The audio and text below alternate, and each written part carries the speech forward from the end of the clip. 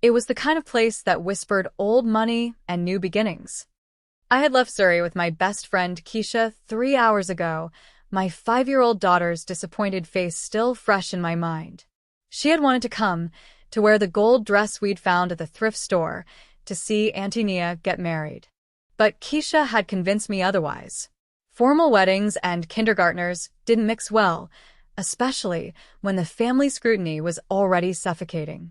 It was better to keep Zuri home where she could watch her favorite cartoons and avoid the whispers that would inevitably fall on me.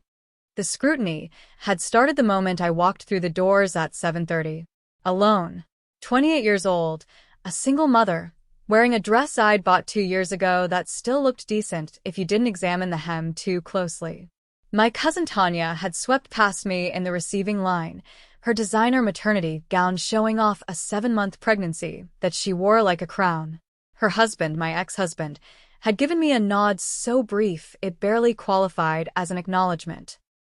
Kevin, the man who had walked out when the pregnancy test came back positive, who had married my wealthy cousin 6 months later, and who now stood across the ballroom looking like he'd never made the biggest mistake of his life. Meanwhile, I worked 12-hour shifts at the hospital, came home to a daughter who asked why she didn't have a daddy, and tried not to calculate how many extra shifts I'd need to cover next month's rent. Amara, my dear, you came alone? My mother's voice carried that particular Nigerian accent that managed to sound concerned and disappointed simultaneously. She appeared at my table during the cocktail hour, my father trailing behind her with the uncomfortable expression he always wore when forced to acknowledge his daughter's perceived failures. We had hoped you might bring someone. There are several eligible men here, from the church. You remember Dr. Okeke's-son? I'm fine, Mama. I forced a smile I didn't feel. Zuri sends her love to Nia. Ah, yes. The child, my mother's tone spoke volumes. Keisha is watching her, I assume? Such a shame you cannot afford a real nanny. They moved on before I could respond, circulating among guests who actually mattered. Family, who had made something of themselves. My older brother Tund, and his corporate law degree. Cousins with MBAs and stock portfolios. And then there was me, the pediatric nurse who had dropped out of med school when she got pregnant, living in a 1-bedroom apartment in a neighborhood that was optimistically described as up and coming. Dinner had been interminable. 7 courses of food I barely tasted while conversations swirled around me.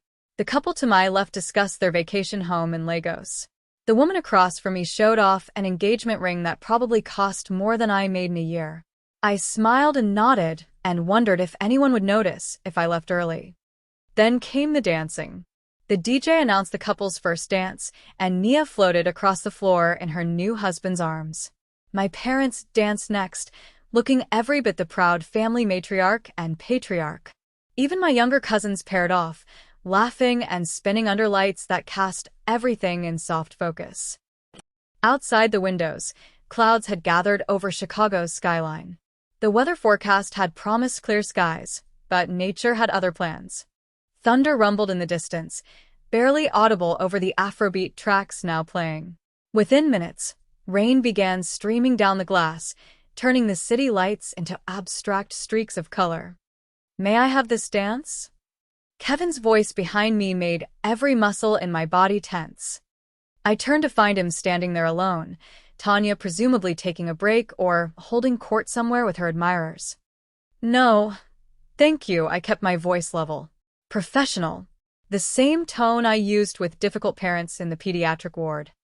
Come on, Amara. For old time's sake. He was using that charm that had worked on me once upon a time. Before I realized charm was all he had to offer. We can be adults about this. We are being adults. I'm declining your invitation. I turned back toward the dance floor, hoping he'd take the hint and leave. He didn't. You know, it doesn't have to be like this between us. I know I made mistakes, but... Kevin, I stood, suddenly exhausted by the charade. Go back to your pregnant wife. Dance with her. Leave me alone. My pregnant wife who is carrying my legitimate child, he said, the cruelty lurking beneath his charm finally surfacing. Unlike the mistake that cost you your medical degree. I should have slapped him. Should have caused a scene.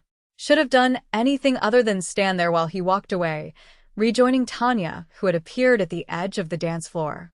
She looked at me across the room, one hand on her rounded belly, and smiled a victor's smile. The music shifted to something slower, a ballad. Couples filled the floor, swaying together while the storm outside matched the one building in my chest. I sank back into my chair at table 12 and tried very hard not to cry in front of 200 people who already pitied me. That's when I noticed him. He stood near the bar, apart from the crowd but somehow commanding attention anyway. Tall, with sleek, dark hair and a posture that suggested military discipline or martial arts training. He was East Asian, likely Korean, dressed in a black suit so perfectly tailored it made every other man in the room look disheveled. But it was his face that held my attention. Sharp, angular features, high cheekbones, and eyes that seemed to see straight through every defense I'd spent years constructing. He was watching me, not subtly, not with the passing curiosity of a stranger at a wedding. He was studying me with an intensity that should have made me uncomfortable, but instead sent a completely different kind of shiver down my spine. I looked away first, heat rising in my cheeks against my dark skin. When I glanced back, he was speaking with someone from the groom's family. They exchanged a few words, and then the stranger began moving through the crowd. Toward me. My first instinct was to run, to grab my clutch, and make some excuse about checking on Zuri. But something kept me frozen in my seat while he crossed the ballroom with the confidence of someone who had never been told no in his entire life. He stopped at my table. Up close, he was devastating. "You've been sitting alone all evening," he said. His voice was deep, American but with a cadence that hinted at a second language. "That seems like a waste." "I'm fine," I managed, though my pulse had picked up speed. "Thank you for your concern." "I don't think you are fine."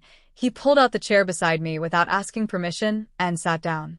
The movement was fluid, practiced. "I think you are miserable and trying very hard not to show it." The observation was so accurate it stole my breath. "You don't know anything about me. I know you came alone to a wedding where everyone else is paired off. I know that man who approached you earlier said something that made you want to disappear.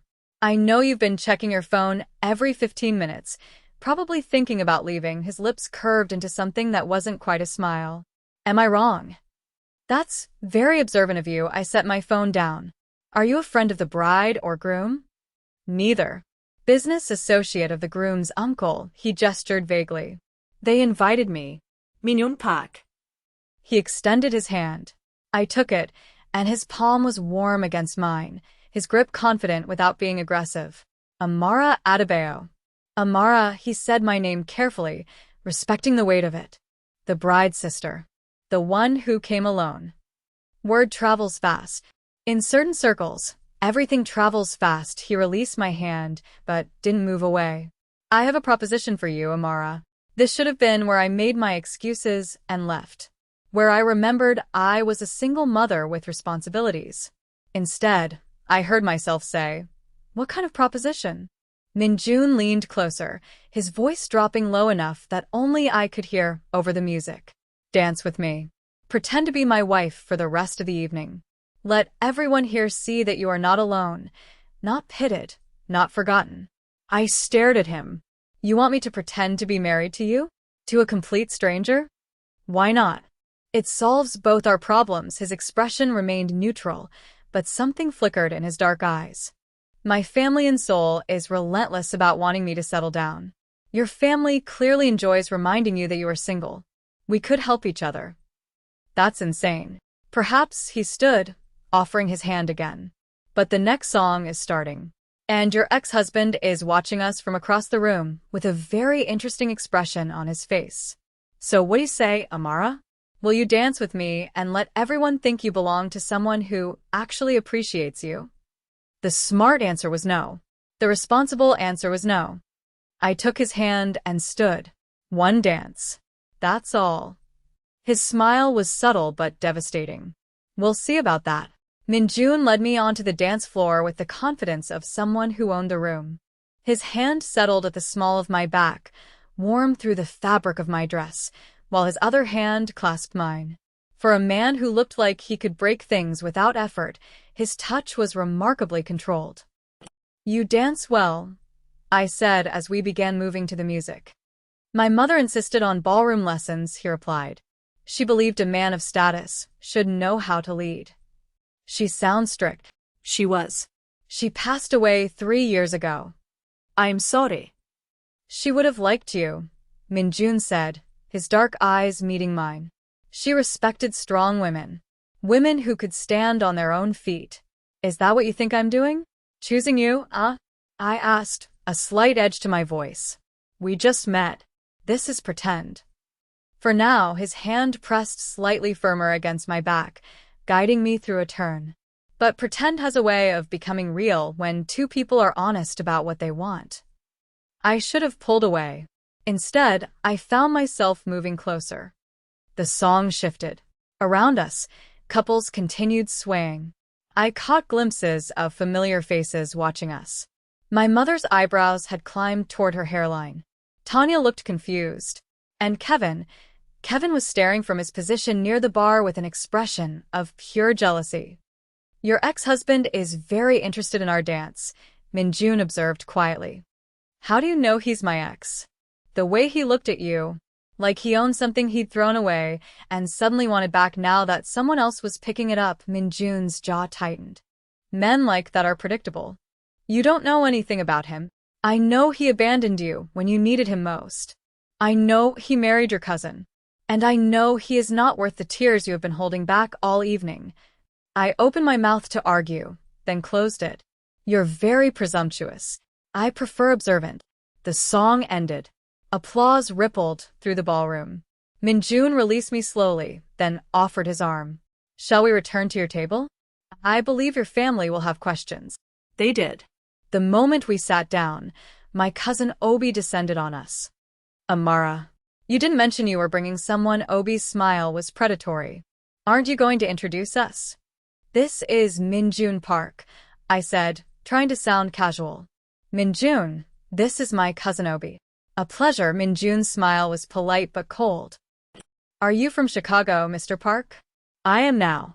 My family is originally from Seoul, but business brought me here." He draped his arm across the back of my chair, a gesture possessive and protective. "Amara and I have been seeing each other for a few months." Quietly. The lie rolled off his tongue seamlessly. Obi looked between us, trying to reconcile this. "A few months? Amara, you never said anything." "I prefer privacy," I said, reaching for my water glass. "Especially after everything with Kevin." Obi nodded. "Of course. But he looks wealthy." "What do you do, Mr. Park?" "Import and export. And I own several restaurants in the city. Seoul Prime mostly." Obi's eyes widened. Seoul Prime was the most exclusive Korean steakhouse in the city. "That's impressive." More family members approached throughout the evening.